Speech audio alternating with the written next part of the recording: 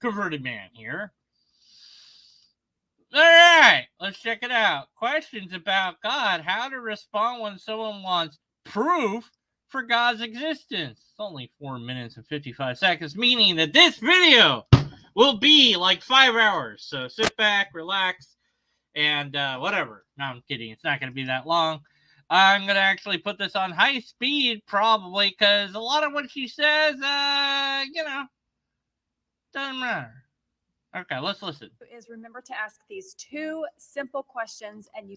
Okay, so she starts off by saying, when somebody does this, someone asks you for proof of God's existence, just ask them 2 questions. Don't give them anything. Don't answer their question. Okay? Don't do that. No. Ask 2 questions. So, let's say you're going to the bank. I don't know. You want some money from your account. You go up to the teller and you reach for your wallet and you're like, uh-oh, left my wallet at home. Hi, yeah, my name is Germania, and I'd like to withdraw, I don't know, $10,000 from my account. Okay, can I see some ID? Yeah, so first I have to ask you 2 questions. You asked me a question, see? And I learned from this person online that whenever anybody asks you a question, you're supposed to ask them 2 questions instead. You want, I would like proof of your identity, sir. No proof? Oh, you want proof of my identity? Okay, well, first I have to ask you 2 questions. Because you asked me a question. No, I'm not going to give you that. No. I'm going to ask you questions. That's how that works, okay? So from now on, anyone asks you a question, don't give them the answer. Instead, ask them 2 questions in response. Because, look, let's get here. Let's say you go back to school, learn some math, and they're like 1A plus 7B equals what? You in the back there that's trying to hide. I see you. Yeah, what's the answer to the question? Oh, you asked me a question. Well, let me ask you 2 questions. What even is math? What are the numbers and letters mean? Yeah, that's how that works. You never have to get caught off guard again. Hi, if we haven't met yet, Yeah, goodness forbid you get caught off guard. Oh, you asked me something I don't know. Oh, no! Yeah, whatever. My name is Lori, and one of the things that I am on mission to do is to help Jesus-loving women just like you become a force for cultural course correction in the areas of faith, family, and freedom. Wait. Oh, this video is not even directed at me. It's directed at women. Hold on. Hey, Heather, are you here? No. Heather's not. Wait, you said no. That means you are here. No, I don't like want to talk to you. Like, oh my God. Okay, all right. Heather doesn't want to talk to me. You are talking to me. No, I'm not going on YouTube. Not going on YouTube. All right. Anyways, what were we doing? All right. Anyways, so that's okay. I'm responding anyways, so it doesn't matter. Now, if that sounds like you, feel free to hit the subscribe button because I'd love to have you around here every week. Okay. Anyway, I hate getting caught off guard with questions that I'm not totally prepared for. You know what I mean? Oh, I just hate it. Oh man, it's so terrible. I don't care. It doesn't bother me. Doesn't mind. I don't mind. Hey, Diggerman. What's why do you have 6 C-type batteries? Well, okay. It's like, all right. Look, how did you know I had that? First of all, okay. Second, okay. Well, all right. Well, I wasn't ready for that question. But that's okay. Let me think about it for a moment. I don't know. It's okay to say I don't know. It's okay to not be prepared. That's fine. That's a good question. I have no idea. Get back to you on it. You can say, but you got to have certainty. When was the last time somebody asked you a question, you kind of fumbled for an answer, and then later you thought, oh my gosh, why did I say that? Why didn't I just say fill in the blank? I don't know. Why don't you just when somebody says, hey, do you have do you have proof of God's existence? Here you go. Here's the proof. Blah. There you go. There's the proof. There it is. See? I had it in my back pocket. Here you go.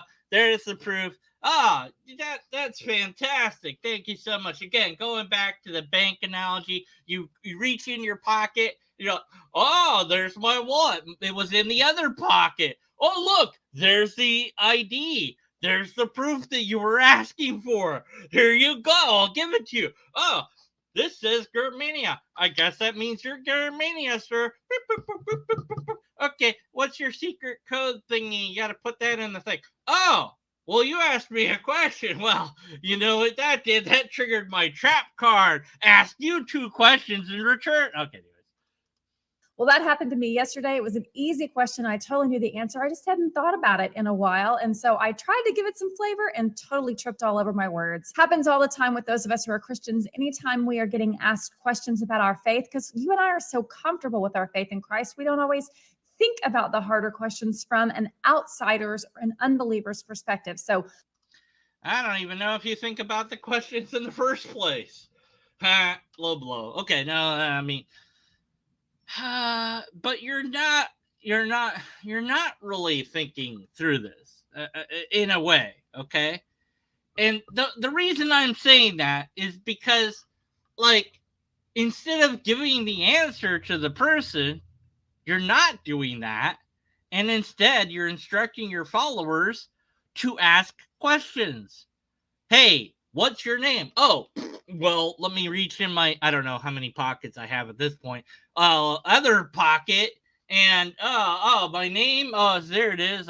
You know what? Where's my wallet? I don't know. Do you know where my wallet is? What? No, why would I know that is? Oh, that's another question. Well, I'm gonna have to ask you like 4 questions now, because it exponentially grows. Like every time it's like doubled itself. Like, why would you do that? Oh, it's like 16 questions, which shouldn't it be 4 questions? Oh, now it's a million questions. What was I saying? I don't know. what do you do when you get asked the question, why should I believe in God? How do I even know there is a God? What proof do you have for the existence of God? Run away. That's what you should do. I don't have any. Run. And they ran so far away. They had to get away. Like that one guy that rage quit. Like I was making him prove stuff. I want to prove stuff. And then like yin yang, you'll enjoy this. Like for whatever reason, I remembered Steadfast and Easy from like 6 years ago. Like popped into my head because like somebody was saying something about people being certain, and I'm like, oh yeah, there was this guy I talked to that was like pissed at being not certain, and like how I had like a 6-hour hangout with him where he was just pissed off the whole time. Somehow I stayed pretty darn calm. I'm pretty proud of my past self. And then later on we had a part 2 where I had Yin Yang in the thing with like Main Gun, and the guy was being a total asshole to everybody. Good times, man. Great times. Anyways, what was I? What's the video again? Oh yeah. So don't give them proof. Instead, this is what you're gonna do. Okay, here we go. Here's the amazing thing to do. So the next time that happens, you only have to remember 2 questions. The first thing I want you to do is to ask them, what do you mean by proof? Okay, look, you asked me that, I swear. Can I hit you with a pie in the face? I'm going to carry around a pie, a cream pie, and be like, hey, how you doing? Why are you carrying that cream pie? Don't ask. It'll trigger like 20 questions for me. Okay, all right. Anyway, so yeah, we're waiting on this bus here, and so it's a pretty good day. What do you think? Oh yeah, it's a God blessed day. Oh, really? Do you have proof of God? Oh, what do you mean by proof? Pie in the face! If you don't even know what that word means, get out of here. Just go away. Go bye-bye, go away. But, okay, all right, I know. I've complained about natural language for many, many years. What the dictionary says proof is, might not be what any given individual has. But here's an idea. I don't necessarily know what you mean by proof, but I'll give you what I have. I'll give you what I think is proof. That might be something, at least, rather than, asking a question. Well, what do you mean by proof there? I don't know what you mean by that word. Proof, evidence. What do you got? What do you have? In what way can you demonstrate? Oh, what do you mean by demonstrate? What do you mean by what? What do you mean by do? What do you mean by you? What do you mean by mean? What do you mean by buy? It's just pedantic. Come on. You've got to know what I mean to some extent. You're not unaware of the generic zeitgeist of definitions of words. We probably mean the same thing. Okay, you want me? Okay, fine. Here. This is what I mean. Empirical evidence, okay? Here's what empirical evidence means. Something visually demonstrable. Not necessarily just to the naked eye, but through any instrument that you have. Telescope, microscope, the heat things that show heat, whatever the heck those are called. I can never remember. Radiometric, like you could show magnetic field by putting a magnet and putting a piece of paper on that magnet and pouring some iron filings on it, and it will show like a little circle, and that's pretty good. It's a visualization of the given phenomenon. Okay, do I have to then define every one of those words because you're going to act stupid? Or at what point does that end? At what point do you understand what I mean without us being so pedantic and pretending like we don't know what that word might even mean because of the ambiguity of natural language? We both share a common understanding, broadly speaking, of words. Let us then rely upon that to some extent. What do I mean by proof? Well, what do you think I mean by proof? Well, I don't know what you mean by proof. Okay, what do you mean by proof? What do you mean, what do I mean? What do you mean by it? You don't know what I mean by it. What do you think proof is? Well, I think proof is, there you go. See, how about this? A clarifying thing. By proof, do you mean an argumentation? No. Do you mean a personal story? No. Okay, something like that. I could accept that if you were asking for clarification or whatever. But come on, this is so pedantic. Just golly. All right. Anyways, so what do you mean by proof? And now comes the straw man stupid part. I know it's already stupid, but it gets dumber. So just put your gloves on so that when you smack yourself in the face from face palming, well, I guess depending on the type of glove, that might or might not help you. So don't do it unless it, whatever. Ask them to clarify what they mean, what they're referring to when they use the word proof. Because quite frankly, what they usually mean is something like 100% certainty, which is. All right, there it is. There's the straw man. There's the utter lie. No, it's not even a straw man. It's just, hey, how's it going? What the hell? I'm not right. Go away. I want to be in the video. No, you're already in the video. Why? Nobody remembers you. Yes, I do. I bet somebody remembers. Nobody wants to hear from you. You didn't even call me. Get out of here. Hey, what was that? That was me slamming the table, Heather. Oh, that's a madhouse in here. I've got Outright Lie. I've got Heather. Anyways, she's just lying. Just lie. Just lie. I don't even remember what she was lying about. That's how pissed off I am now.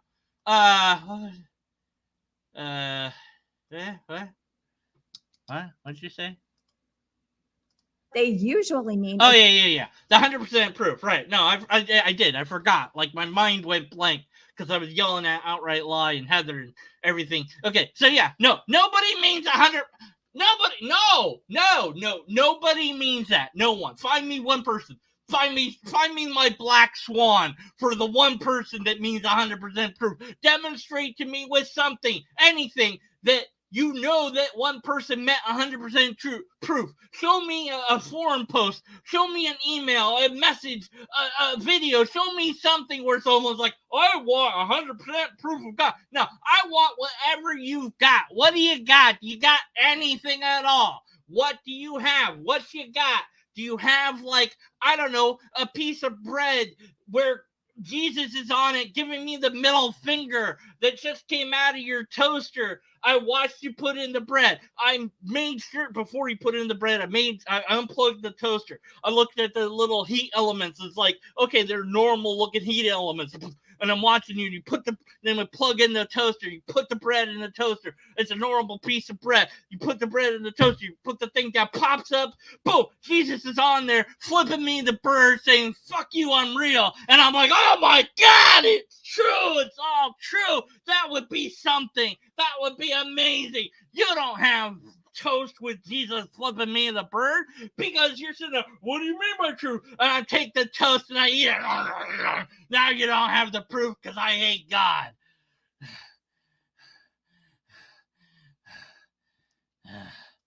Anyways. Is something like 100% certainty, which is a little bit of a ripoff because something that might make me very certain of God's existence may or may not make you certain of God's existence. So just keep pretending that's 100% proof. Now, how about this? Just give me what do you have? What do you have? What do you have? Anything. What do you got? Something. Give me anything. Give me something. Give me one thing. One thing that you think proves God. One. Just give me one thing so we can talk about that. Just do that. How about that? Just say one thing. Just say one thing. One. She's not going to. Not to mention, it's kind of typical for people to have a double standard when it comes to certainty or proof about God's existence. For instance, they probably will demand, or they might demand, something closer to 100% certainty when talking about the existence of God, when they don't necessarily require that degree of proof for other things like. I'll continue that straw man that's completely made up. No, because nobody requires 100% certainty. You are lying about this. Like I don't know, unless you're a mathematician, you're not going to want, then you have 100% certainty, okay? But I wouldn't even quantify my amount of certainty that I have for whatever. It's just like either I have the proof or I don't. I don't know. You know, sometimes, you know, you don't have the full story. I don't know. You know, just, yeah, it's the all or nothing fallacy. Right, exactly. It's like, oh, well, yeah, I don't necessarily have 100% proof, so I'm not going to give you anything. Because it's not going to be good enough. Whatever I give you. Now, how about something? I don't know. Just here's a piece of chicken. What is that? What? Yeah, it's a chicken leg. Huh? What's that? It's a proof of God. Huh? What? Yeah, that's what I got. Wait, what? I'm confused, but at least it was something. It was like, look, see, fried chicken, right? And I'm like, huh? Well, what came first, chicken or the egg? The rooster. Oh, yeah, I get it. That's a funny joke. Okay, no, but what came first? Egg. What do you mean egg? Egg came first. No, the chicken has to, no, egg came first. I mean, because look, it's complicated. Just egg came first, all right? No. Okay, well, yeah, but, I mean, like, the thing that laid the egg came before that. Well, yeah, technically speaking, I suppose. But still, like, egg was made into a thing, and then at some point you got chicken. Well, yeah, but why did it cross the road? Look, there's no roads yet. Nobody's made them. Where we're going, nobody needs roads. Anyway, so how does this prove God again? What?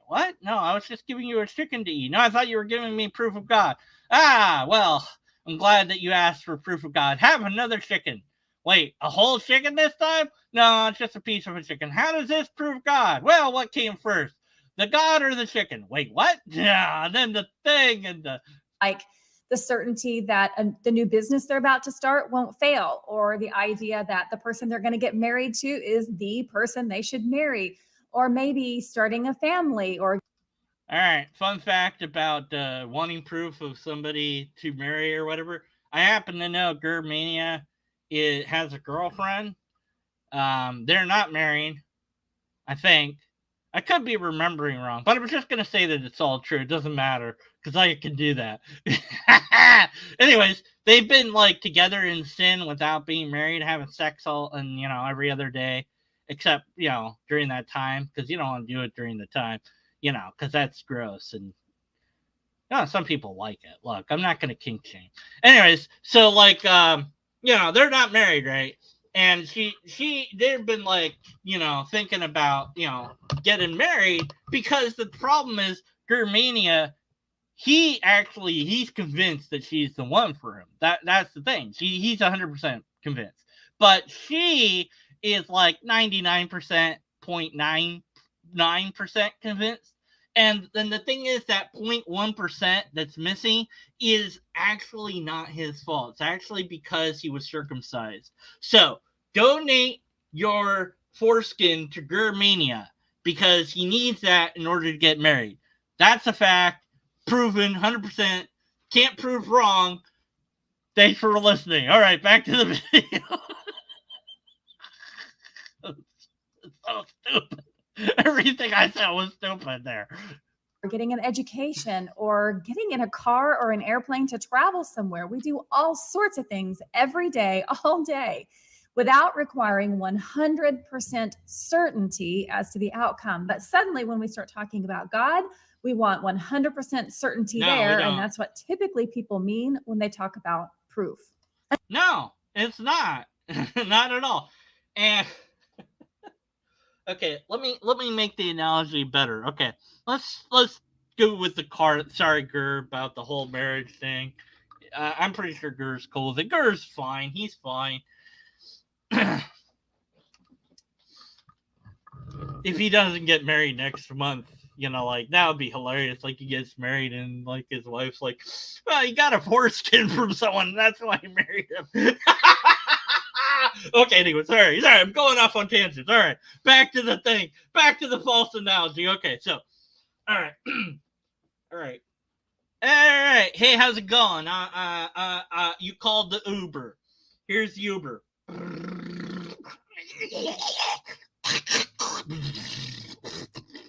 Yeah, hey, how's it going? I'm your Uber. What the hell is the kind of noise that car is making there? Oh, well, I bought the car used from a third-hand person that just beat the shit out of this car. It works. Yeah. What do you mean by eh? Well, you've got your affairs in order, right? What? You don't like have a living will, you have a will, you have a power of attorney. Have you donated like your organs, or like you're signed up to donate your organs? What? No, what? Yeah, come on, get in the car, it'll be fine. I don't know. Where's the seat? Oh, there's no seats. You just sit on the floor. Do you have seatbelts? No, I don't have a seatbelt. You just hold on to the oh shit handles. Yeah, it's fine. Why is there blood in your car? Oh, that's fine. Don't worry about that. There's a leg here. That was just the last passenger left that. It's fine. Why do you have a knife? Oh, don't worry about that knife. What do you have a gun? Don't worry about that. Why do you have a chainsaw? And what is going on? Look, are you 100% certain that this car ride is going to be safe? No. But do you ask for that for anything else? No. So come on, get in the car. I think I'm gonna call a different Uber there, and because like all the evidence I have, right, of that car makes that car pretty darn sketchy. I'm not gonna risk getting in that car, okay? Because there's just a lot of weird things going on, right? But to make the analogy actually even better, closer, is the guy shows up and he says, hey, you called for an Uber. And I'm like, yeah. And he's just standing there and he's like, get in the car. And I'm like, what car? The invisible car. What? There's an invisible car here. Come on in. What? Where? What? And no. Yeah, come on. Open the door. Okay. And it's like, did I open the door? Yeah, you opened the door. Now get on in and sit down. What? Yeah, it's invisible. You can't feel it or detect it or anything. You just have to believe that it's there. Okay, where are we going? All right, we're going downtown. Okay, vroom. And he's like making the vrooming noise. He's like, steering with his hands. And he's just walking. And you're like, you start walking with him and you're like, are we really doing this? Like, because I would, you don't even have a car, but he's pretending like he has a car. There's a better analogy for you. All right. Now, here's her loaded question. Question 2 is a loaded question. Here it is on screen now. Loaded question. What's wrong with the evidence for God that we already have? Oh, I love loaded questions. Don't you? Don't you just, when was the last time that Yin Yang Mountain stopped beating captive death? Captive desk. Can't even, well, captive death would be kind of a cool name too. Captain Desk, when was the last time that Yin Yang Mountain stopped beating your face in with a 2x4? Now, Captive Desk is like, wait a minute, Yin Yang's never beaten me in the face with a 2x4. And I'm like, well, yeah, but when was the last time he stopped doing that? No. But I can't answer that question. That question assumes that he's doing the thing that you're asking me. See, that's what makes it a loaded question, because like I can't really answer it. So this question assumes that there's already evidence for God, which, by the way, we were asking for proof. Which, yeah, I guess proof and evidence, but I'm just saying, like, there's a shift of wording here. You should have said what's wrong with the proof that we already have, but like, isn't there, or but if I'm asking for proof or evidence, then I am either not aware of what evidence there is, and that's why I'm asking, or in your case, you're assuming that there's something wrong with the evidence that we do have, which is silly, because if there was evidence and I was aware of it, then I wouldn't ask for evidence of God, because I would already have it. See? So asking a loaded question, that's her solution to when somebody asks you for proof of God. What's wrong with the evidence that we already have? Yeah. Hey, there is no evidence. That's what's wrong, is you don't have any. What's wrong with the evidence for God that we already have? Well, you don't have it. That's what's wrong. That is, and let's just play her game.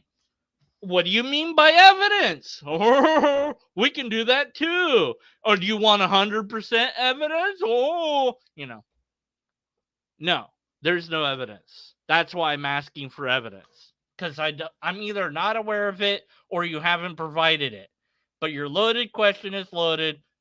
You suck. Oh my God, it's Neil the 604 Atheist. Hi, Neil the 604 Atheist. He's a cool guy. He interviews like everybody in the world. There isn't anyone that Neil has not yet interviewed that exists. If Neil has not interviewed you, you do not exist yet. So go check out Neil. Great guy. Love him. Something that doesn't exist can't have evidence. There you go. There's an answer to her loaded question. All right, back to the video. And then the second question that you're going to want to ask them is, what is it about the evidence we already have for God's existence that isn't satisfying to them? Why isn't the evidence that we already have enough? Why doesn't it provide the proof that they think they need? Because the reality is, most people have no idea that there's already evidence for the existence of God. They just... Okay, now you're contradicting yourself. If I have no idea that there's evidence, and then I say, where's the evidence? And you say, well, what's wrong with the evidence that we already have? Well, the reason I'm asking the question is because I'm not aware of the evidence. Duh. So then why would you ask what's wrong with the evidence that we have if I don't know about the evidence that we already have? That's just...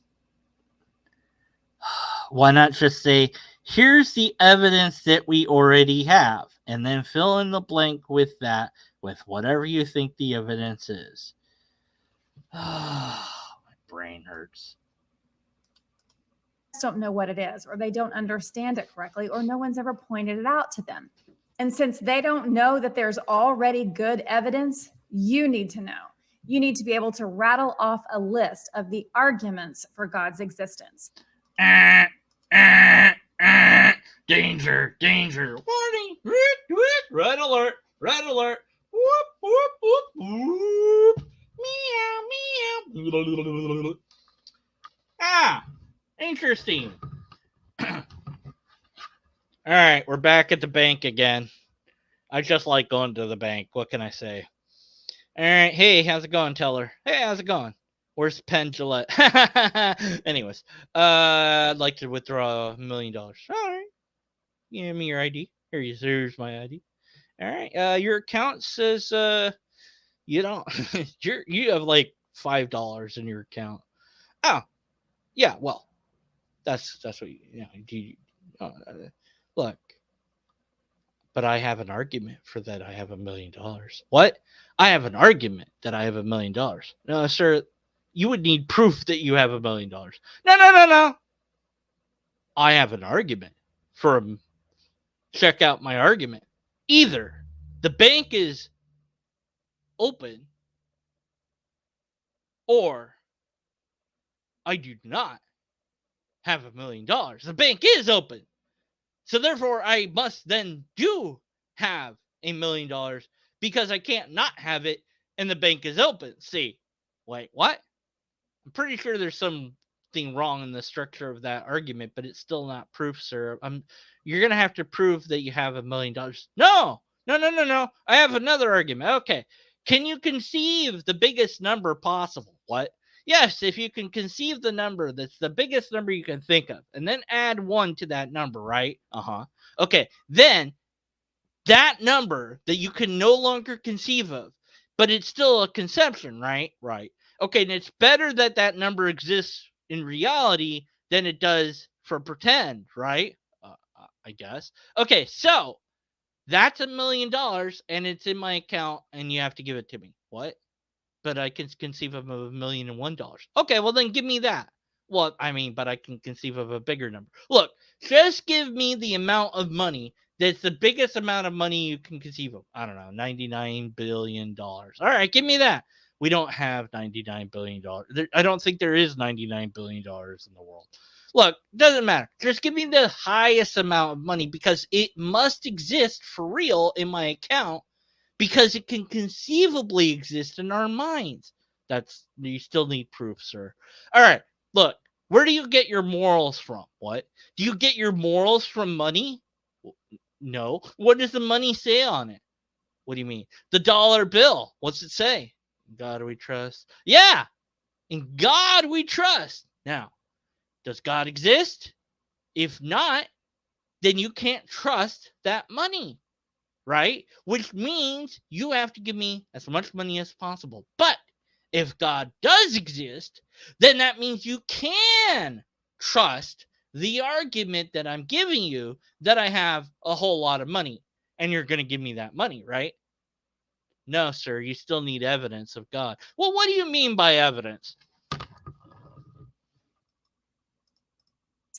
You need to be able to ask them why they don't find the cosmological argument or the teleological argument or the moral argument or any of the other arguments for God's existence satisfying.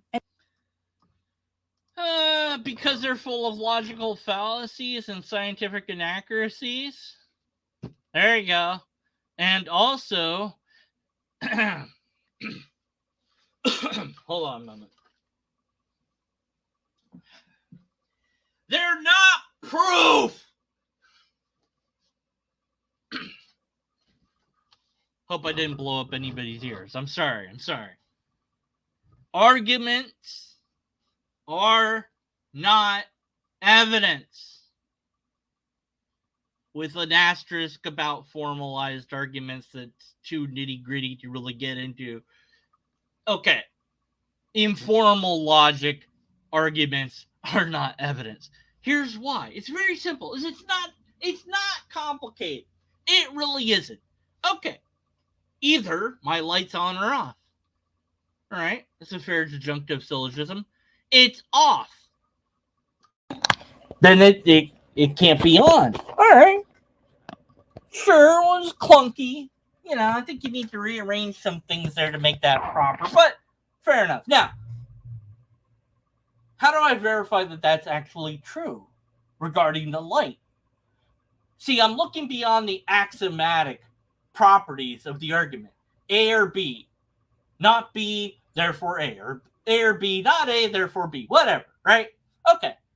And one of those is wrong. Anyways, A or B, not A, therefore B. Okay, great. Proof within that formalized system. But I'm not interested in that. I'm talking in reality. There's a light. I hope there's a light, because if there isn't, then then the whole thing falls apart. But we're assuming, for sake of argument, that there's a light. Okay, great. Is it on or off? Well, I don't know. It's one of them. How do I find out? I don't know. Oh, look, what the hell happened there? Oh, that's interesting. I became that. Oh, okay. There we go. Okay, there we go. No, that's still not. No. There we go. All right. So, is the light on or off? Okay, well, there's the light, right? There it is. It's on, right? So, my premise when I said the light's on or off, that's true. Then I said premise 2 is the light's off. Well, we look at it and go, no, it's not. It's on. Meaning the conclusion is false. See, we had to check with reality to know whether the light was on or off in reality. Then we can go, okay, hey, look, your second premise is wrong. Here's why. It's not off. It's on in actuality. Okay? So we have to check in with reality to know whether the argument is in fact valid or sound or whatever. Okay? So the argument is not by itself evidence. You have to look into the real world to analyze arguments. So then you're right back to needing proof. Okay, so when you go with the cosmological argument, for example, it's basically well, where did everything come from? That's all you're really asking. You're saying, well, it can't be infinite regress. Of course, that's just asserted without proof. You don't know that. And so it can't be the universe. It has to be God. And it's just completely incoherent. And you go, okay, well, in order to examine that, we have to examine reality. But we can't in regards to cosmology because, well, a lot of cosmology is mathematical, which you can look at the formulas if you understand them. I don't, but you can look at those formulas and go, okay, well, that's physics, blah, blah, blah, blah, blah. And then you get closer to the T1 point, and I think it's like I want to say T4, but I don't know what T it is. But they can't even get close to T1, let alone get anywhere further, because the universe back then is not like it is now. It's super, super small, first of all, and it's super, super really hot, like cajillions of degrees hot. It's never been that hot, and until that's like the hottest it's ever been and ever will be. And maybe I don't know if you could get hotter, but it's like at that point when it's that hot, you don't even have molecules. You don't have atoms as we understand them. I don't even know if you have quarks or electrons. I don't know what you've got going on, to be honest. But that's the problem, is everything that we know is based on things that we already know. And we don't know how that would work because we can't get that hot. Because to get that hot, you have to get it small. And you have, and we can't mix something that small because then it would be super hot. And then there might not be a way to examine it anymore at that point. So we'd have to build it like in some computer simulation or something like that. And as far as I know, they haven't done that in science. Nobody's figured out how to do that. And so we just don't know what that's like. We don't know what that super mega hot universe is like. We don't know what physics are like in that universe. We don't know what the bleep is going on in that kind of universe. So you go, well, cause and effect, that's a thing. And it's like, well, kind of, but when you get to that super hot state, maybe it's not anymore. Or maybe it still is, but we don't know. And even if we did know, we can't infer anything beyond the I don't know, because that's the limit of our knowledge. And all you're doing is, no, let's keep applying what we know to the unknown. But we can't do that, because in order to verify the premise, we have to know. We can't assume, because in informal logic and formal logic, well, formal logic is axioms. In informal logic, if you assume something, then at best you have a hypothetical syllogism, which, okay, that's fine. You have if, whatever. But if it's all ifs and you haven't proved any of it, then you don't have proof. And the person that's analyzing it goes, okay, it might be true. If Superman's real, then Superman's real. If Wolverine is real, Wolverine is real. Whatever, you know. If there's a blue sheep on Deconverted Man's head, then damn, there's a fucking blue sheep on Deconverted Man's... it fell off my head. All right? But in order to know if those premises are true, you have to look at the real world and find out. Which means the argument is not by itself and cannot be proof or evidence. And we're not asking for an argument, we're asking for evidence. So if you think one of those premises is valid, then just show me that. And you go, well, the cause and effect, okay. And then you get to this point where it's like, and it must be God. No, you don't know that. How would you know that? Because it didn't follow. There was a missing element, and that missing element is God. And why is it missing? Because you don't have evidence for it. Your arguments fail. Why? Because you don't have evidence of the phenomenon in question. So you can't give a valid and sound argument for this phenomenon. And what's weird is some theists seem to be aware of this. They are aware, and they say, don't ask for scientific evidence of God, because God isn't that sort of thing. God isn't made of things, they'll say. I don't know how they would know that, but okay. That means that there would never be evidence for God. And so the answer to where's evidence for God should be there isn't any. Because the Christian concept of God, which we're dealing with in this particular video, doesn't have any evidence for it. Because it's not made of things. It's not made. It's immaterial. It's not physical. It's like the opposite of what things are.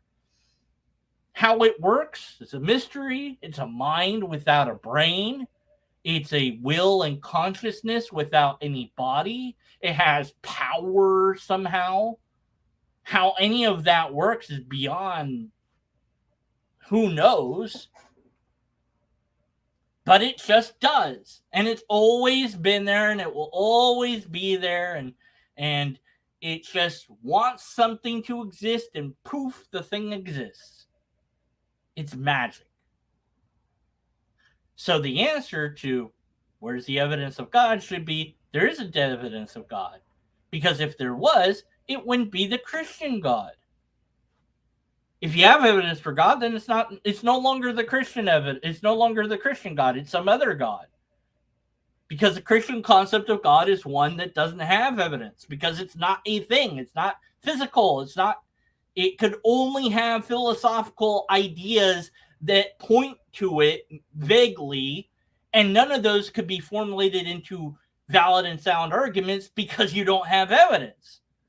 So you go, well, what if Christians know this, or somebody out there's got to know this, then what's the purpose of apologetics? Well, it's not to convince us, it's to make it seem like it's an intellectual exercise. And also, apologetics was invented way back when. St. Augustine was probably the first. I don't know. There's probably people before him, but he's the one that's known. And because atheists at that time and non-believers or non-Christians were using logic to argue. So he decided, I'll use logic. And that started the whole thing. Unfortunately, they've run out of arguments and they can't make up new ones because they don't know. Now they're grasping at straws with the latest new argument, which is an argument from consciousness. We can only understand consciousness because it has to come from other consciousness and can't come from not consciousness, so therefore there has to be God, which is stupid because if you go back far enough in time and you agree with biological evolution, which you should, then creatures weren't conscious at some point in time, like plankton or sponges or whatever. I don't know. Are they conscious? You get to a vague point where like it's alive, but it like you couldn't really say, is it conscious? Like, does it know what does consciousness mean? And so no, it came from that. That's what it came. It emerged through time, so it doesn't need this continual causality. And it doesn't. And you're just asserting that it has to be. And you're filling in gaps of knowledge with God again, and you're not demonstrating God. Now, what about other concepts of God? Because there are gods that have physical evidence for them, but those are idols. Those are gods that the Christians would consider idols. In Hinduism, those gods are they have statues. You go, well, the statue is not the god. Well, I don't know. It depends on which Hindu you ask. Sometimes it seems like they I don't know, because it's weird because I don't really understand Hinduism. But like I've seen the videos where they'll pour milk into the mouth of the statue and it drinks the milk. It's not really drinking the milk. The milk's just flowing down the edge of the statue onto the towel below. Or it has a little tiny hole in the mouth and they're pouring it in the hole, or it's a trick cup, or whatever other thing. And then like that proves that it's maybe that not that the statue is God, but that God is animating the statue in that moment to perform the miracle or whatever it's proving. But there you have empirical evidence of a God, because there it is. Here's what it looks like. Show me a picture of Yahweh. Well, you can't.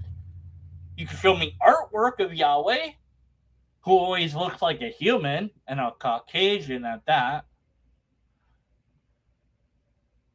But there is no picture of God in Christianity or Judaism or Islam. Probably if you could draw God, the Islams would kill you for it because they're really upset when people draw Muhammad. I don't know. Anyways, so other gods might indeed have actual evidence that you could offer and say, here's what it looks like. Then, of course, you could ask, how do you know that is God? But it's a different God. So if you had empirical evidence for God, if you had proof of God, then it wouldn't be the Christian concept of God. So the honest answer to the question of when somebody wants proof of God, as a Christian, you should say, there is no proof of God. Otherwise, it wouldn't be my God. And get them to tell you what it is about those arguments that they don't really buy into. And other evidence as well, like the reliability of the biblical manuscripts or the evidence.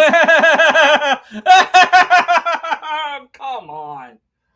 Oh, no.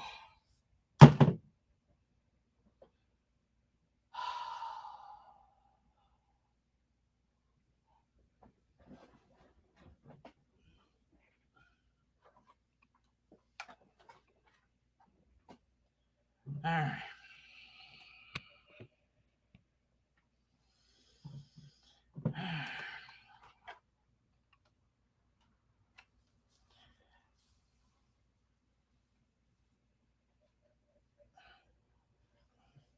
This thing's uncomfortable. I can't wear that. What was I thinking? Alright. Pikachu, do the video for me. Alright. Hey, how's it going? I'm Pikachu. Sound like outright lie. Hello, I'm Pikachu. Okay, all right, Pikachu, do the video for me. Okay, let's do the video. For the historicity Right. of Jesus Right now, and she's the saying resurrection from bullshit. his tomb. Bullshit, Get them bullshit, to explain bullshit. why these things aren't Bullshit, sufficient bullshit, already. And they bullshit, probably bullshit, won't be able bullshit, to. bullshit, And so bullshit. that's something that Bullshit, you bullshit, need to bullshit. be able to do. When Bullshit, you can have bullshit, conversations bullshit. like this, Bullshit, you will bullshit. never get caught off Bullshit. guard again I'm when saying somebody asks bullshit. you why you Thank you, believe in Pikachu. God or All right. how you can actually All right, judge. that's it. That's it. We're done. I can't anymore. We didn't get to the end of the video. Look what happened. Look what happened. Look what happened. Ah.